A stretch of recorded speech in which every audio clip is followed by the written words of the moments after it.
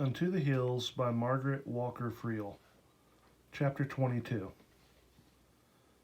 Hope returned to the valley in spite of the reports of more victories by the Union forces.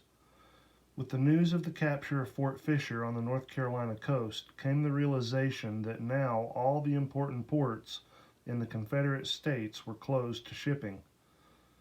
North Carolina had been the most important supplier of arms, munitions, and even clothing for the rebel army. This war couldn't continue forever. No, this war couldn't continue forever, but it seemed like it could. And of course, the raids into the valley continued uninterrupted. Once again, Abram Suttis' farm was the scene of looting and robbery. It seemed to old Abram that just as soon as he began to recuperate some of his losses, they swooped down on him again. This time, they even left with threat of, "You can look for us to come back as soon as you've grown some more." In the days to come, when the war experiences were related, one story would always be repeated with pleasure. The Battle of Shallow Ford on the Hiwassee River became famous and bears repeating here. The Yankee sympathizers of Cherokee County came to the conclusion that the rebel forces were defeated, so they planned a meeting at Shallow Ford. As this meeting was in progress, a group of rebels calling themselves the Pee-wees were in session, planning a raid of their own. This raid would take them by way of Shallow Ford. The Pee-wees rode up as the Yanks were breaking up their gathering. When the Yankees looked up and saw the rebels riding toward them, they thought they were under attack and beat a hasty retreat in wildest disorder. The Pee-wees were equally astonished by the unexpected encounter, and they too turned tail and fled in utter confusion. Not a single gun was fired by either side. Captain Hayes, like so many others, served the rebel cause long and well, but when he became too ill to continue, he was returned to his home, there to die, and to have his body placed in the little cemetery on the mountain. Thus the war took another life. Rarely a day went by without the report of another raid on one of the local farms. People took all precautions humanely possible, but they couldn't bury everything. When the soldiers arrived at Harriet Stewart's house, she was at the fireplace preparing her children's supper. As the men started gathering the remaining blankets from the beds, Harriet decided to fight. The hot mush that had been intended for her children's supper suddenly became her weapon, and a very effective weapon it proved to be. For not only did it stop the soldier who received it directly in his face, it served to warn the others and also to amuse them to see their comrades sputtering and whipping the gooey mess from his face and hair. Either in admiration at Harriet's spunky fight, or in the realization of this meager gain to be had in this oft-raided household, the soldiers went on their way. The raiders really caused more damage than they realized. As they were leaving in search of better pickings, Harriet's old crippled mare became frightened, jumped the fence, and landed on top of the family's best china, which had been buried in the garden for safekeeping. Harriet's loud laughter as she surveyed the damage was not from mirth, but hysteria. How much more could she take? Though the laughter solved no problems, it did serve to release some of the built-up tension, and Harriet was able to return to life, which presently seemed dedicated to mere survival. Further up the state road, the Yankee forces proceeded to the house of Andrew Jackson Conley. Ah, food, they thought, as they calmly and with deadly aim shot each of Conley's turkeys. When Mr. Conley came rushing from the house to see what was going on, they turned their guns on him, and he was shot in full view of his wife and children. People must have someone other than themselves to blame their misery on. The integrity of their leaders in time came to be questioned. They even found themselves questioning their neighbor. William Walker, though he felt he was doing everything humanly possible to be fair and helpful in his service as member of the commissary department, was still subject to some criticism. He was hurt, but he was also aware that these were difficult times for everyone, and no one was above reproach. People were starving, and starving people are not reasonable.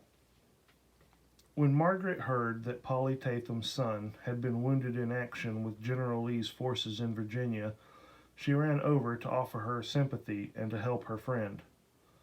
"Margaret," sobbed Polly, "I don't know how badly he's hurt. They said he was hit in the leg with a cannonball. I don't know what I'm going to do." "What are you going to do? Can I help you?" "You can pray for me.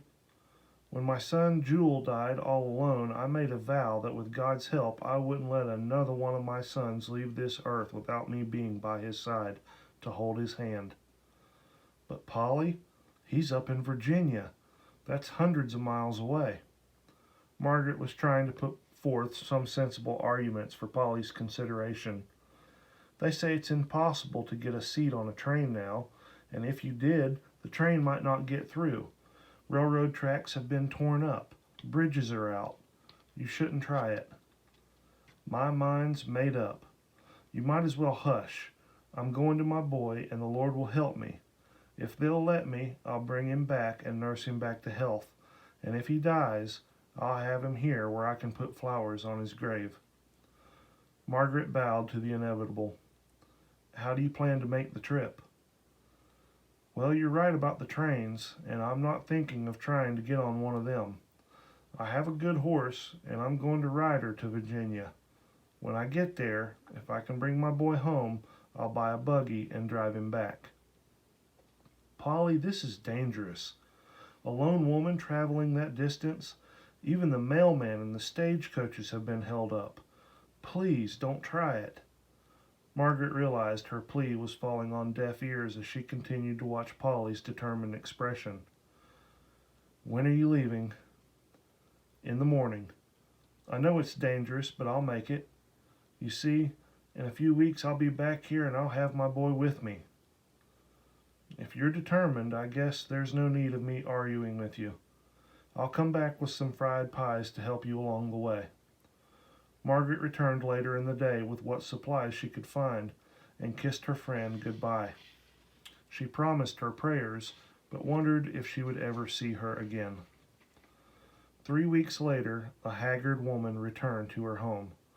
By her side was her crippled son. Aunt Polly Tatham had had her wish. A loving God had answered her prayers.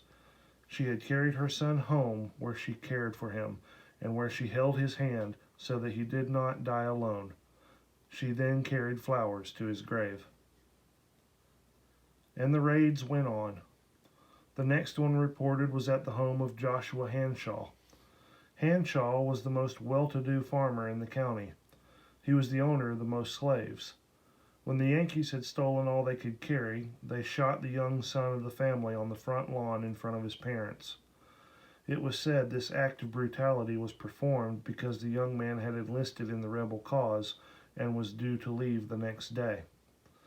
When Margaret and her friend Polly were discussing the horror of being forced to stand helplessly by and watch a loved one being shot, Polly stated, "If you have to lose them, it's best to be with them at the last and be able to bury them where you know where they are."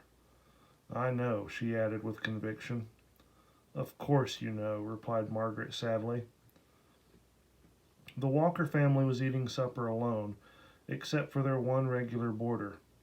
Travel had become so dangerous there were rarely travelers at the inn. Captain N.W.E. Slaughter lived at the inn and was considered as part of the family.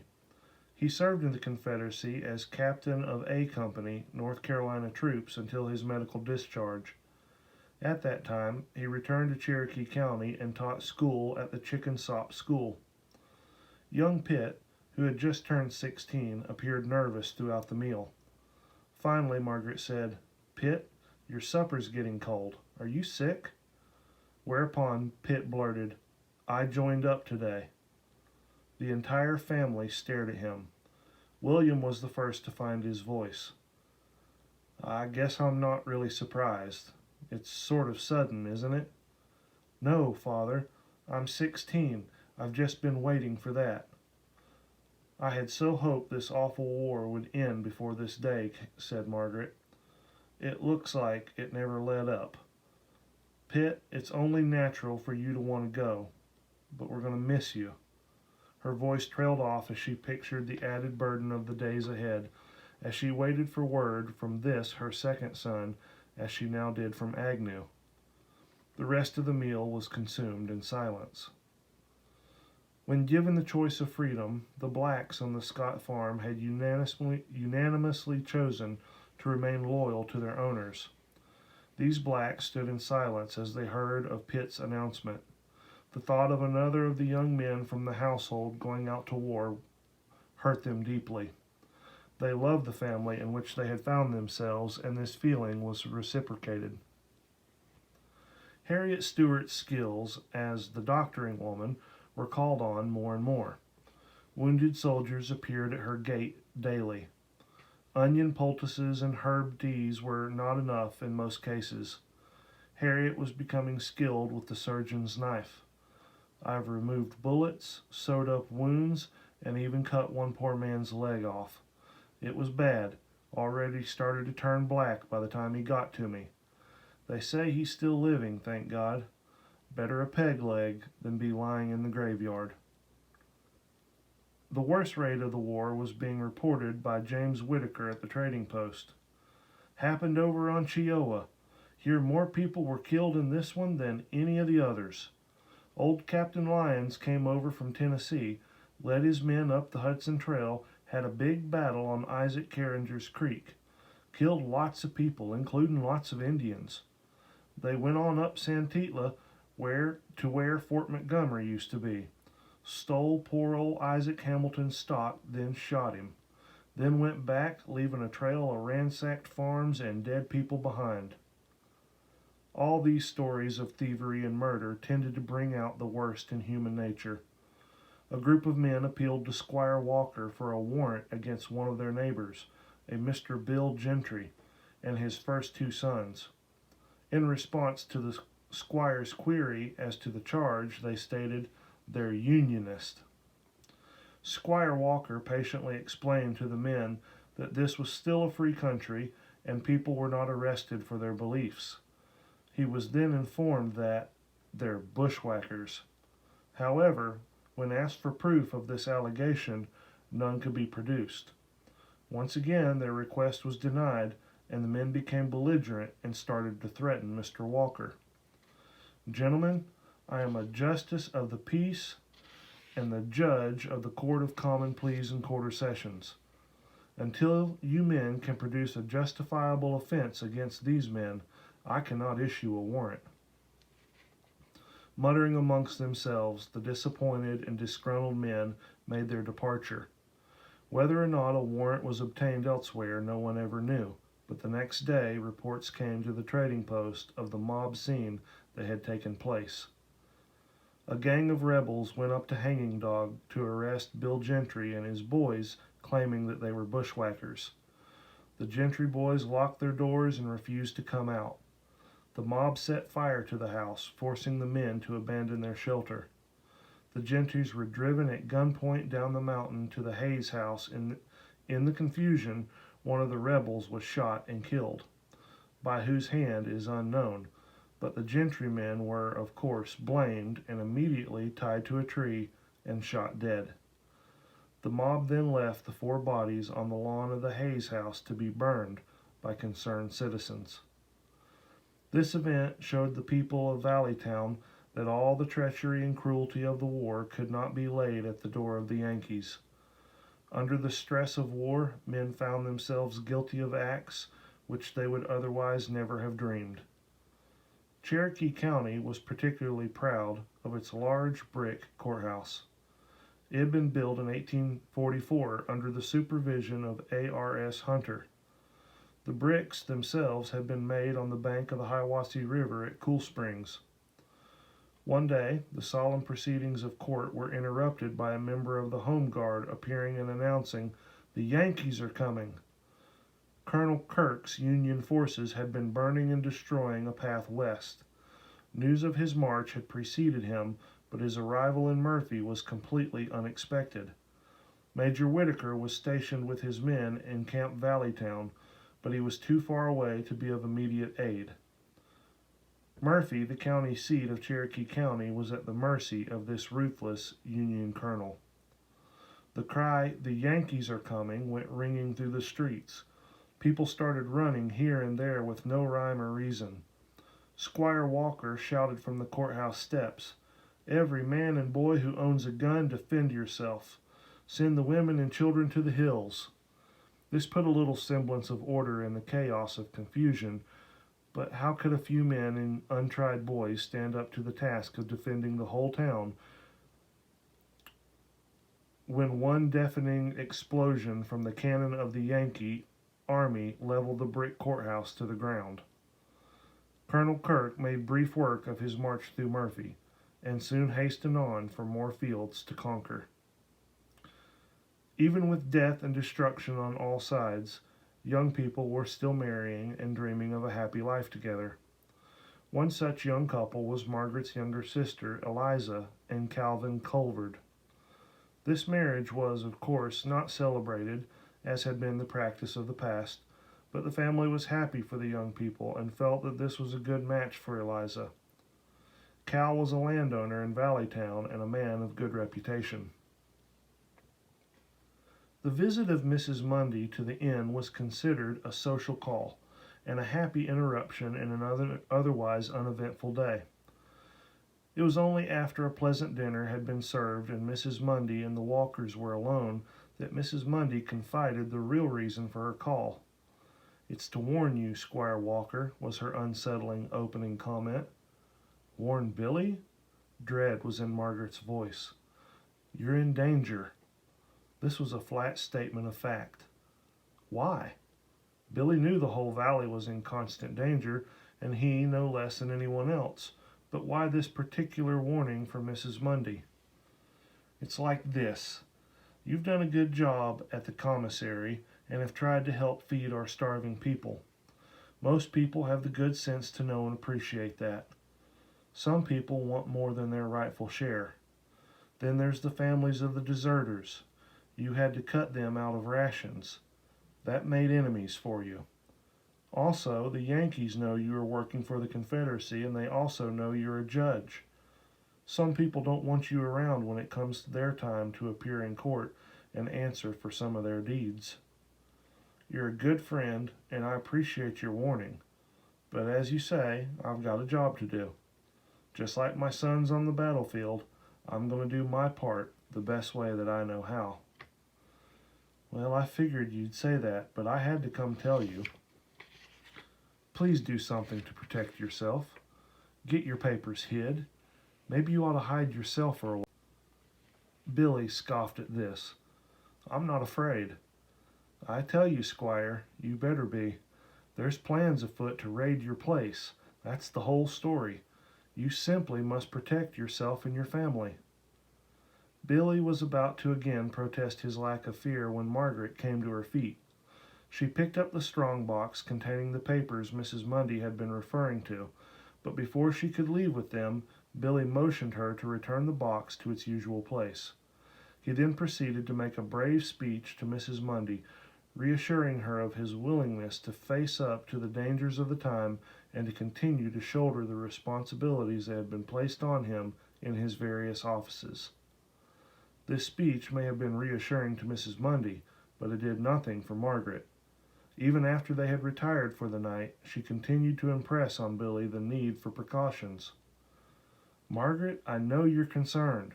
So am I.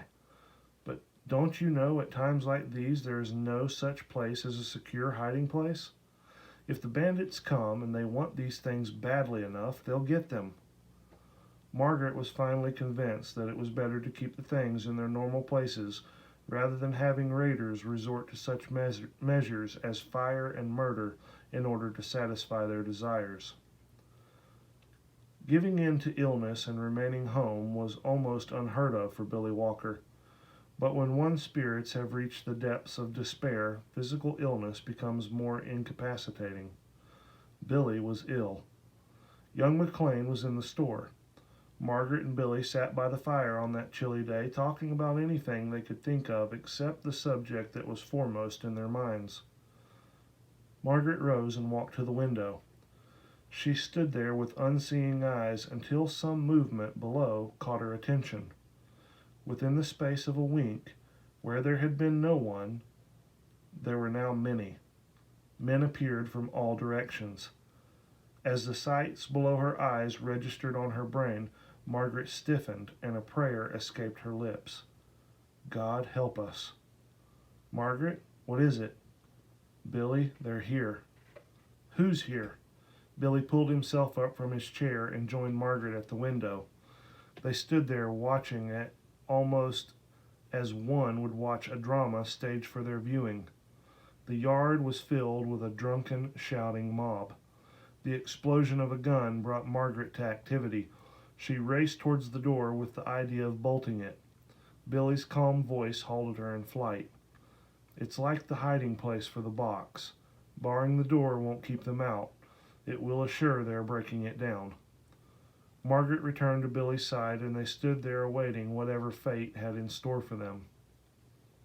The quiet of the mob following the gunshot was brief, and soon followed by a rush of movement towards the house.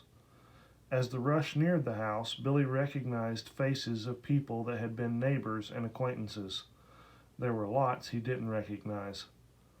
As the mob entered from the front, the blacks came from behind, their fear obvious on their faces. We're scared, fitting to fall down, dead. What must we do? Without show of emotion, William answered, Just fall down dead, I guess. In spite of it, because of her fear, she never knew which, Margaret giggled. She regained her composure and gave brief orders. Run through the garden and orchard so you won't be seen, and get to the schoolhouse fast as you can.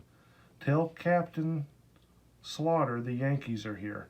Tell him to hide the children until it's safe to come home. You stay with them. Hide someplace. They immediately comprehended these instructions and were gone before the advancing raiders saw them. Billy had time enough to give Margaret a reassuring kiss before the door was pushed open and Captain Golden demanded in a loud voice, Where's your army, Squire? We're ready for battle. Captain, my wife and I are completely alone. What can we do for you? Alone? There was surprise in his voice. Where's them home guards? We heard they always kept you guarded. And where's your Negroes? You heard wrong. I have never had any guards. As for the colored members of our family, they left while you were coming in the front way.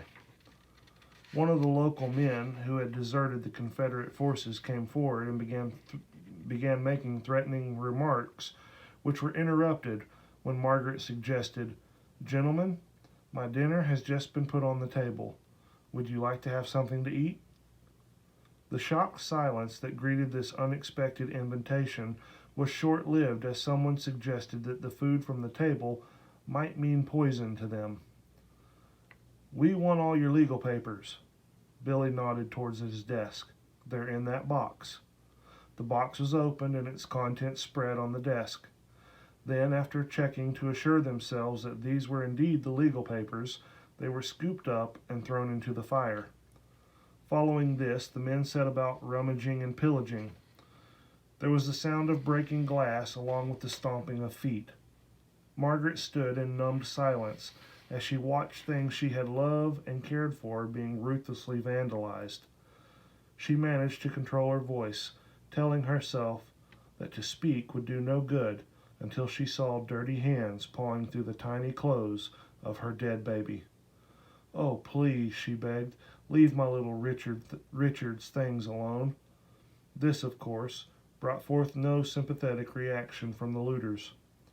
As if aware that their cruelest act would be the separation of Margaret and Billy, Margaret was forced to remain in the bedroom while Billy was pushed down the hall. A drunken soldier was left to guard Margaret. He asked, Where's all the guns and ammunition that belongs to the home guard? It had never occurred to Margaret that people had the impression that they were hiding arms. We don't have any guns. We have never kept guns here. That's a dang lie. Everybody knows Squire Walker kept supplies. He's bound to have guns and things here. We have never had any guns. I'll just shoot you down right here and now if y'all don't get them guns. Whereupon he attempted to shove Margaret from him to a distance so that he could shoot. Repulsive though he was, Margaret stayed near him. Damn you, if I can't shoot you, I'll kill you with my sword. He jerked his sword from its scabbard, but Margaret was too quick for the clumsy drunkard. She jerked his sword from him and flung it across the room, where it stuck, quivering in the ceiling. Loud talking in the hall brought an end to the struggle in the bedroom. I am innocent of this charge, Margaret heard Billy's voice. All we ask is our lives. You may have all the things we own, only leave me and my wife and children. Fearless of any danger that might come to her, Margaret lunged away from her captor and raced to the hall, where she tried vainly to get to Billy. He was kicked out the door and hit over the head with a pistol butt. Blood gushed out and streamed down his face. Margaret screamed, but was helpless to reach him. Billy was forced to mount one of his horses without a saddle and was led away by the mob. Margaret screamed above the din, "Please leave my husband. Take all our food, take everything, but spare his life." Her pleas were ignored. As the group passed, one man loaded with things that he had taken from the house dropped a blanket and a coat. Margaret hastily snatched them up and flung them on the neck of the horse on which William was riding. William's last words to Margaret as he rode past were, "I have to go. Do the best you can." Margaret screamed, "Don't take him away, he's sick." "We're going to take him away and kill him," came the response. Remembering Polly Tatham's words, Margaret said, "Kill him here so I can bury the body." "That'd please you, wouldn't it?" With that, the procession moved on past her and out of sight. Margaret stood there, clinging to the hitching post. This didn't happen. This wasn't so. Her numbed mind tried to black out reality. She could hear the sound of a woman screaming. Why was she screaming? Why didn't she stop? "Oh God, I want to die," she moaned. The earth reeled and swirled beneath her feet. She saw a man riding toward her on a pale horse. "A pale horse means death," she whispered. Didn't she hear the screaming of a screech owl in the distance? Then she heard a voice intone, "And they came to a place which is called Gethsemane." The earth ceased its mad turning and whirling. The screaming in her ears grew dim. Her head no longer throbbed with pain. At last there was darkness, oblivion, and peace.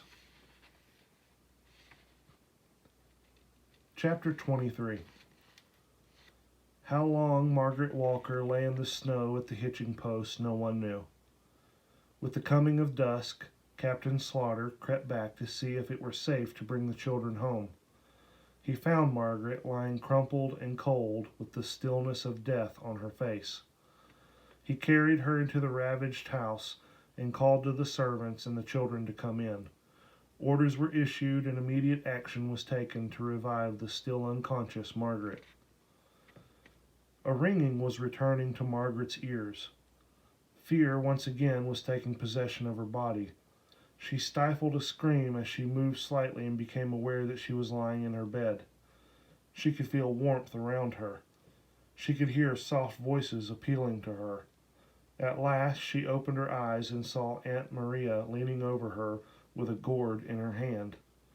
"That's my missus," came her cooing tone. "Just drink this." With that, she held the gourd to Margaret's lips. The strong liquid burned Margaret's throat and choked her. As soon as she had recovered from the coughing which was brought on by the drink of whiskey, another one was forced down her. Margaret's body began to relax and her mind grew dull. The overdose of the strong drink took effect and she drifted into deep slumber. The news of the raid on the Walker Inn and the abduction of the squire spread through the valley. Neighbors came with such articles of food and clothing as they could spare. With the coming of day, stark reality returned to Margaret. She experienced a need for action. She must do something, but what could she do? As she pondered the hopelessness of the situation, she was informed that one of the horses that the raiders had stolen had returned on its own. "The Lord sent this horse back to me. I'm going to see if I can find Billy." No one considered it advisable to point out the hopelessness of her quest. It was best to let her do this her own way. "Mother, please stay here with the children. Do what you can about this disorder. Maria, will you come with me? If I find Billy's body, I'll need help getting him home." Both women nodded assent to Margaret's request, and the two younger women hastened on their journey. They followed the road to the Hayes farm, about 10 miles distant, and asked Harriet if she had seen the raiders with Billy as their prisoner. "They came by here yesterday, but they didn't stop," was Harriet's response. "I guess they thought I didn't have anything left." "Do you know where they went from here?" asked Margaret. "They headed up Hyatt's Creek, towards Hanging Dog. I guess they were going across the state line into Tennessee. They said they were going to kill Billy at Long Ridge. I'm going on up there. I've got to find Billy. Come on, Maria." Maria demurred. "Margaret, I'm simply afraid to go any further. You know what could happen to two lone women up there. I just have to think of my little girls. With Josh dead, who would take care of them if something happened to me?" "I don't blame you, Maria, but I must go on. You stay here, and I'll be back around dark." "Please don't go on," begged Maria and Harriet together. However, their pleas fell on deaf ears. "I simply must," Margaret insisted. "Suppose he's lying up there only half dead. Maybe I could save him. I can't wait. The Lord will take care of me." These words bespoke more confidence than Margaret felt at the moment, but she had to follow her instincts. Besides, what was her own safety now that Billy was gone? Did she really care whether she lived or died? As time went on and she became more rational about this tragedy in her life, Margaret realized that her safety was important to her children and the other members of her household, but at this moment, no one could expect her to be rational. About 5 miles up the creek, Margaret saw a movement in the brush. She paused, undecided as to her next move, when a man appeared and asked, "Aren't you Squire Walker's wife?" Margaret nodded. The man continued, "Are the Yankees still in the valley?" Upon hearing this, the man blew upon a horn, and men came running from all directions. As the others were gathering, the man Margaret had first encountered explained, "We heard there were thousands of Yankee soldiers in the valley. We figured since we were so outnumbered we'd better hide. We saw a company pass with your husband, but they outnumbered us 3 to 1. We figured they went on up to the Gentry place to camp for the night." This was sufficient information for Margaret to continue her journey. When she arrived at the Gentry farm, she hesitated, uncertain as to the reception she might receive. Mrs. Gentry was watching from the door as the lone rider approached. Upon realizing that this lone rider was a woman, Mrs. Gentry ventured out. "Are you Mrs. Gentry?" asked Margaret. "I'm Squire Walker's wife. Did the soldiers pass by here yesterday with him?" Mrs. Gentry remained mute, and Margaret added, "I know the terrible loss you suffered, and that we may be on different sides in this terrible war, but just as my heart aches for you and your loss, I too am suffering a similar loss. The sides don't make no difference when it comes to pain and suffering." Tears filled Mrs. Gentry's eyes as she finally spoke. "Yes, the soldiers did camp here last night with your husband.